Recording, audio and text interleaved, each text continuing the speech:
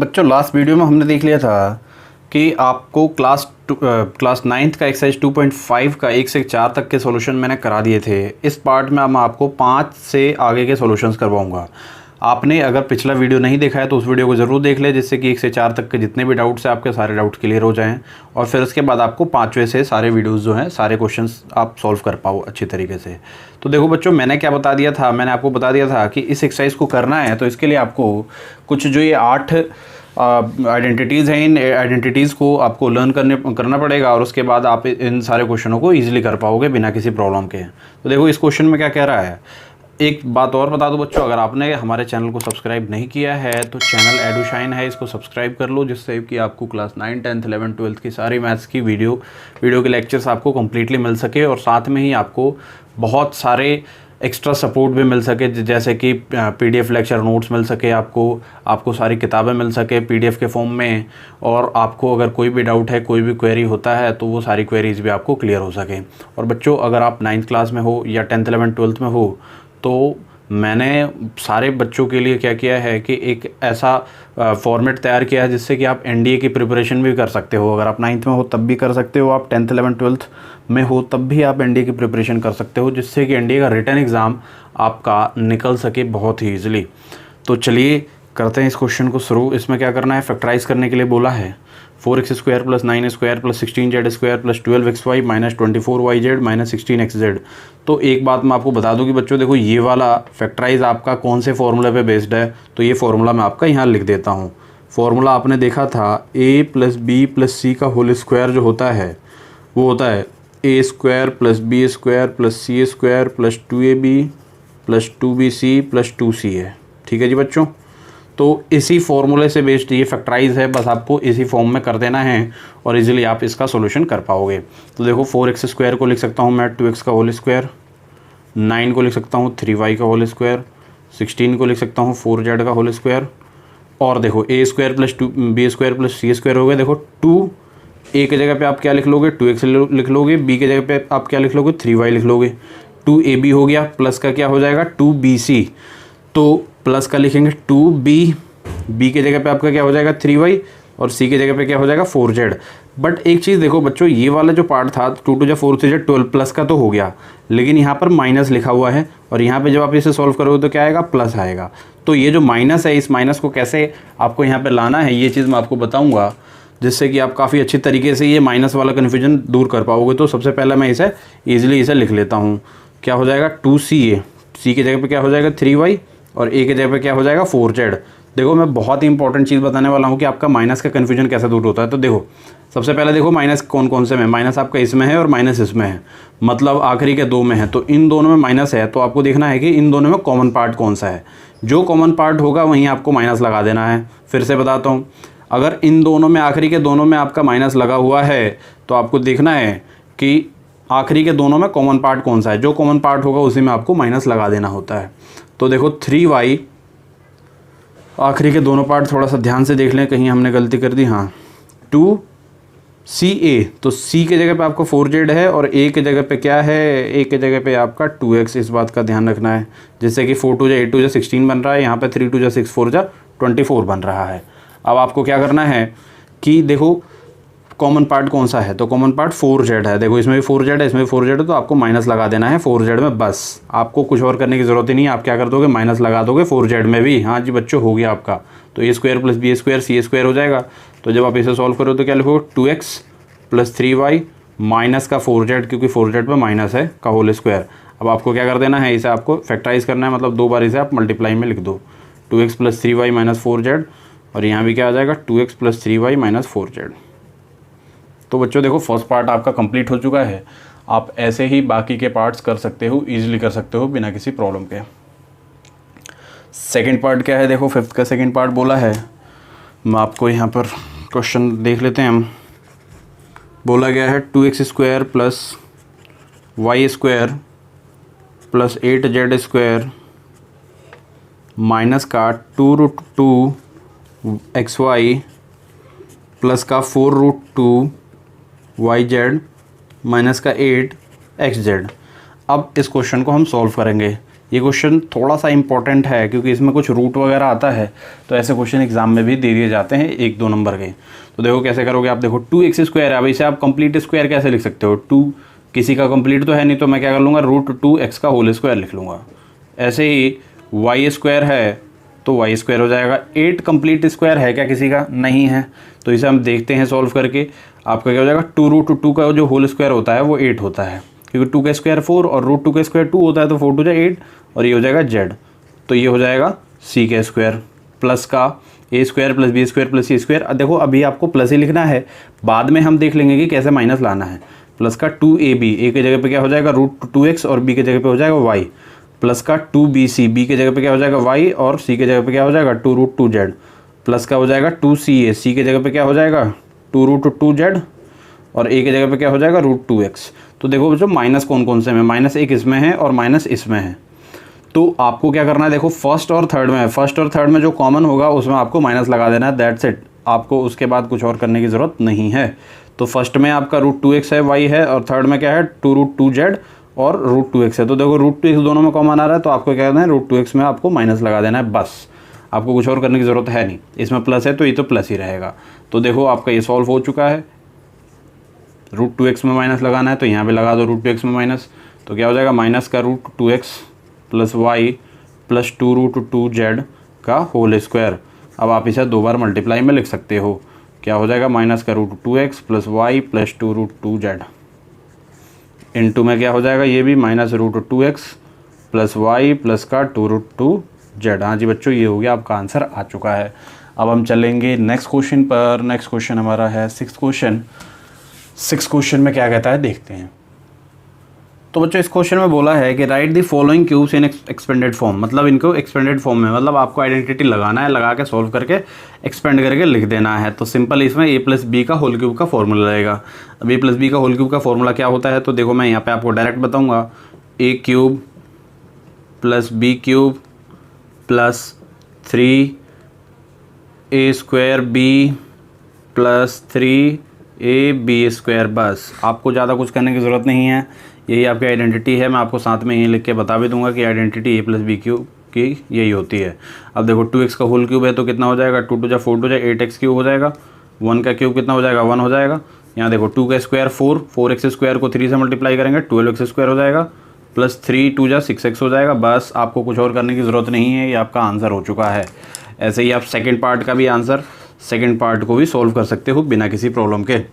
Second part क्या है, 2a - 3b का होल स्क्वायर है, तो 2a - 3b का whole square whole cube sorry.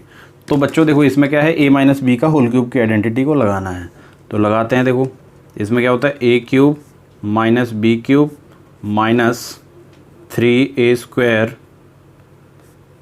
b plus होता है यहाँ पर 3ab²। बस, अब आपको इसे सॉल्व कर देना है। तो देखो क्या हो जाएगा, जब आप सॉल्व करोगे तो 2 का स्क्वायर हो जाएगा 8a³ b³ हो जाएगा, यहाँ पर 2 का स्क्वायर कितना हो जाएगा 4, 4 3 जा 12 a² b, और यहाँ क्या हो जाएगा 3 2 जा 6, यहाँ 2a है ये 6ab²।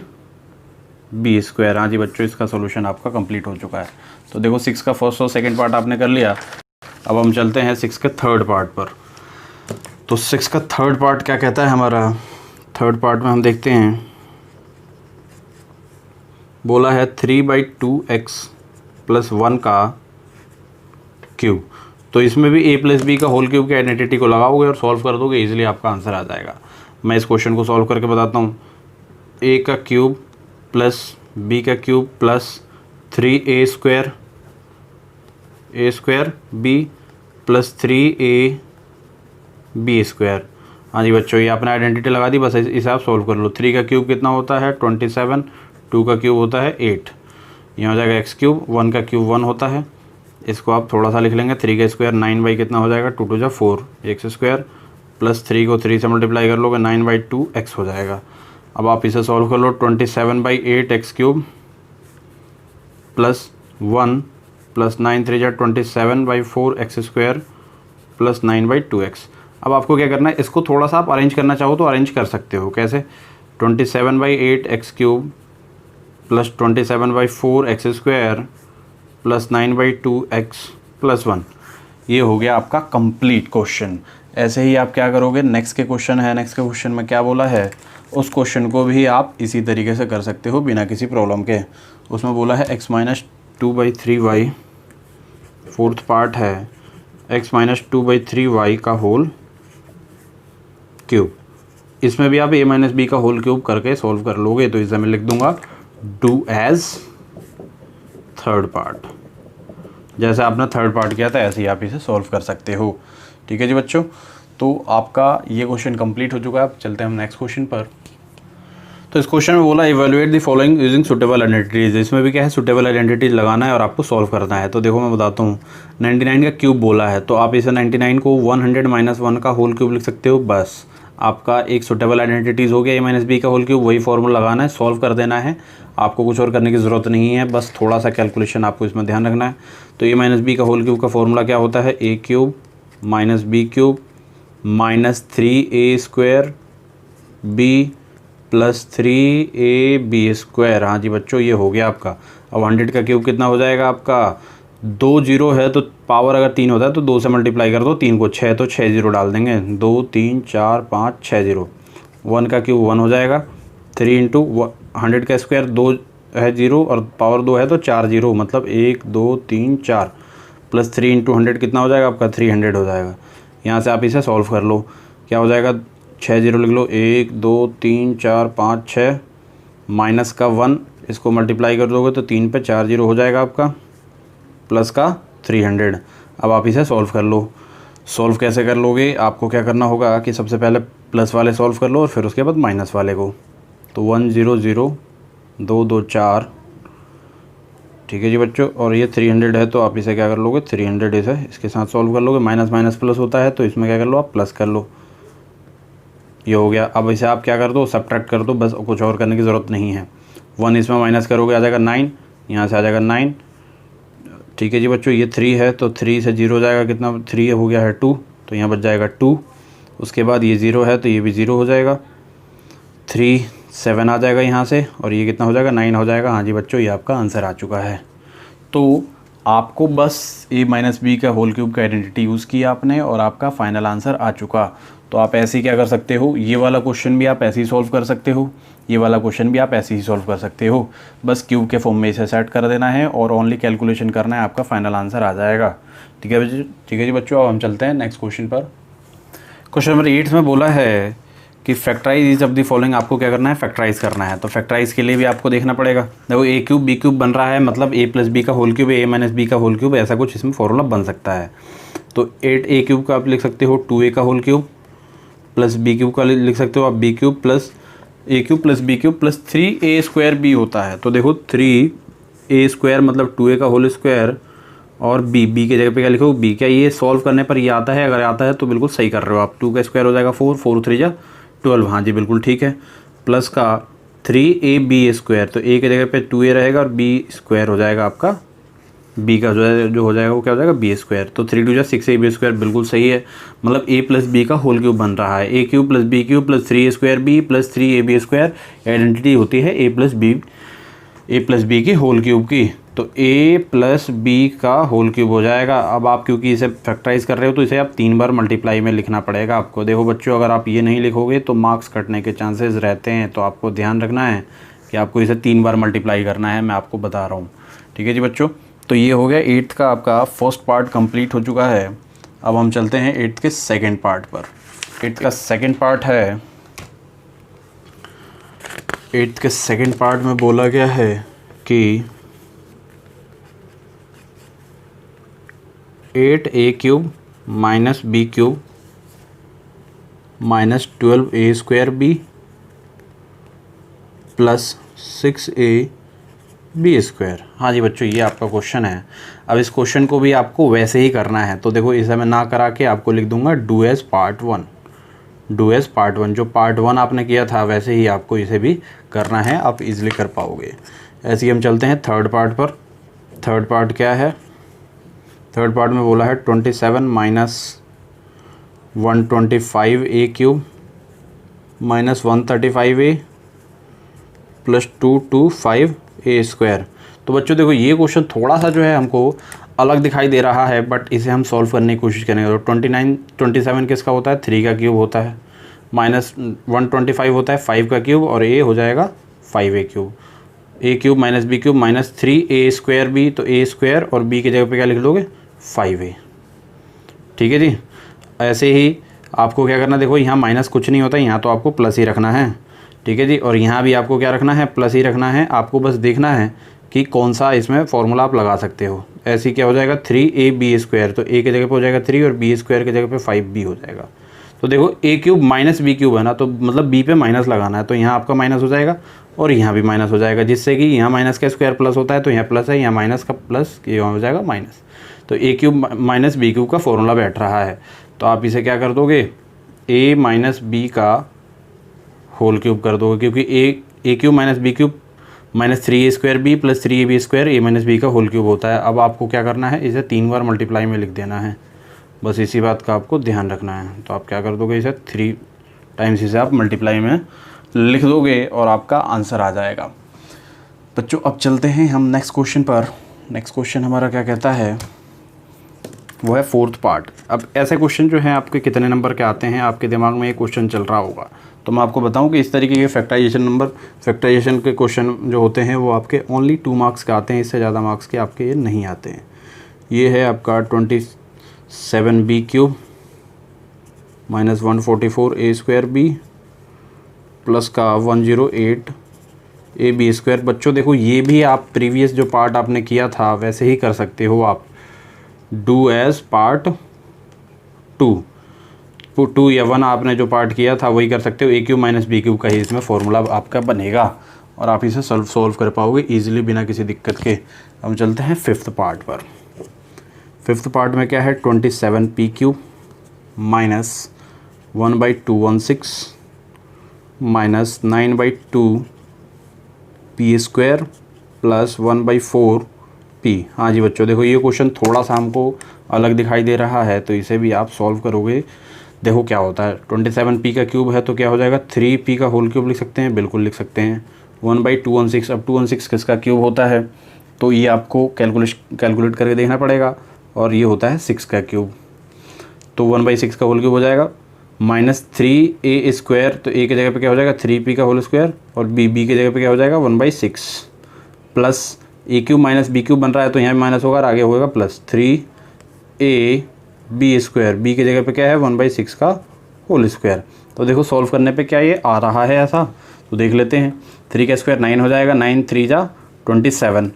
अब 3 से ये 6 2 बार में कैंसिल हो जाएगा, 3 3 जा 9, तो 9/2 आ जाएगा। यहाँ से देखो 1/6 का स्क्वायर 36 और ये हो जाएगा 9, 9 4 जा 36, तो नीचे 4 भी आ रहा है और p है तो p भी है, मतलब a³ माइनस बी क्यूब का ये फॉर्मूला बन रहा है।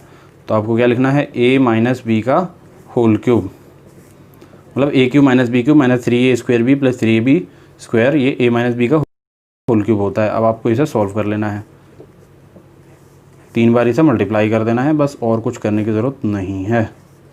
तो ये क्या हो जाएगा 3p 1/6, 3 बार आपने मल्टीप्लाई कर लिया, आपका ये आंसर कंप्लीट हो चुका है। अब आपके टोटल जो क्वेश्चन हैं 8 क्वेश्चन कंप्लीट हो चुके हैं। अब हम चलेंगे 9th 10th।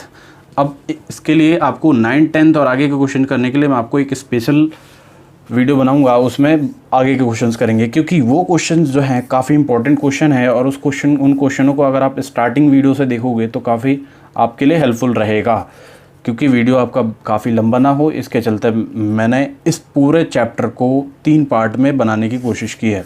पहले पार्ट में आपका 1 से 5 तक के क्वेश्चंस करवाए हैं, 1 से 4 तक के क्वेश्चंस करवाए हैं, दूसरे पार्ट में 5 से लेकर आपका 8 तक के क्वेश्चंस पूरे कंप्लीट हुए हैं, और तीसरे पार्ट में आपका 9 से लेकर 15 तक के क्वेश्चंस कंप्लीट करवाऊंगा। ठीक है जी बच्चों, 9 से लेकर 15 तक जितने भी क्वेश्चंस होंगे सारे क्वेश्चंस करवाने की कोशिश करेंगे। ठीक है।